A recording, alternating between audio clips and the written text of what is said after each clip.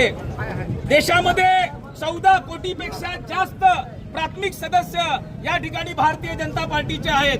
त्याचबरोबर महाराष्ट्रामध्ये 1.5 कोटीपेक्षा जास्त सदस्य या ठिकाणी भारतीय जनता पार्टीचे आहेत।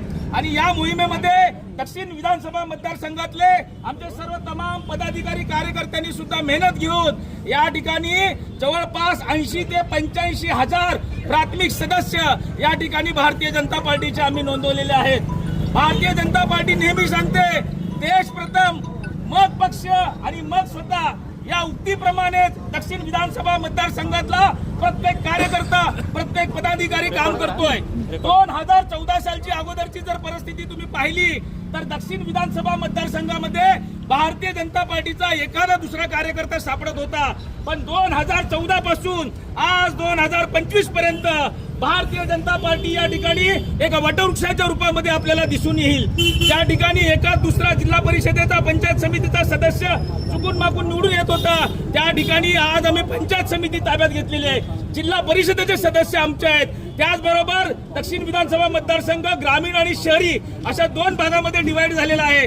शहरात सुद्धा जिथे एखादा नगरसेवक निवडून येत होता त्या ठिकाणी आज शहरामध्ये 2 अंकी संख्या गाठण्याचं कसब या सगळ्या पदाधिकारी कार्यकर्त्यामुळे भारतीय जनता पार्टीचा झालेला आहे। मग पक्षाचा जो कार्यक्रम असेल, पक्षाचे जे उपक्रम असेल, घर चलो अभियान सारखं अभियान असेल, त्याचबरोबर सेवा पंधरवडा असेल, सेवा सप्ताह असेल, त्याचबरोबर रक्तदानाची चळवळ असेल, पार्टीने दिलेला कुठलाही उपक्रम या ठिकाणी या सर्व कार्यकर्ते पदाधिकाऱ्यांनी नेहमी यशस्वी करून दाखवलेला आहे। मग पार्टीचं काम एवढ्या चांगल्या पद्धतीने करत असताना हा असा का निर्णय घेतला जातोय? आपण पाहताय 2014 ची विधानसभा घ्या, 2019 ची विधानसभा घ्या, 2024 ची विधानसभा घ्या, प्रत्येक वेळेला आमच्या विधानसभेच्या आमदाराचं मताधिक्य हे वाढत गेलेलं आहे।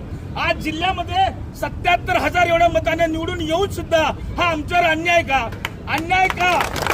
याचा जाब विचारण्यासाठी आम्ही सगळे पदाधिकारी कार्यकर्ते या ठिकाणी जमलेलो आहोत। आपल्या सगळ्यांना सांगतो की आता भारतीय जनता पार्टीमध्ये प्रवेश देण्याचं काम मोठ्या प्रमाणात सुरू आहे। पक्ष वाढायला, पक्षाचा विस्तार व्हायला आमचा विरोध नाही आहे, पण पक्षात येणारे लोक कुठल्या पद्धतीचे असावे, कशा पद्धतीचे असावे या गोष्टीसाठी आमचं हे आंदोलन आहे। ज्या लोकांच्या विरोधामध्ये हे आमचे सर्व कार्यकर्ते अनेक वर्षापासून लढतायत, हे अनेक कार्यकर्ते आमचे भांडतायत, त्या लोकांना या ठिकाणी पक्षात घेतल्यानंतर आमच्या कार्यकर्त्यांवर अन्याय होणार आहे। त्यासाठी हा आवाज उठवतोय आम्ही, त्यासाठी हे आंदोलन आहे। आपल्या सगळ्याला माहित असेल की अजून पक्षात प्रवेश व्हायचा आहे, पण आता सांगत सुटलेत हे महापालिकेचे प्रभाग आमचे आहेत, हे जिल्हा परिषद आमचे आहेत, हे पंचायत समिती आमचे आहेत। हा कुठला नाही,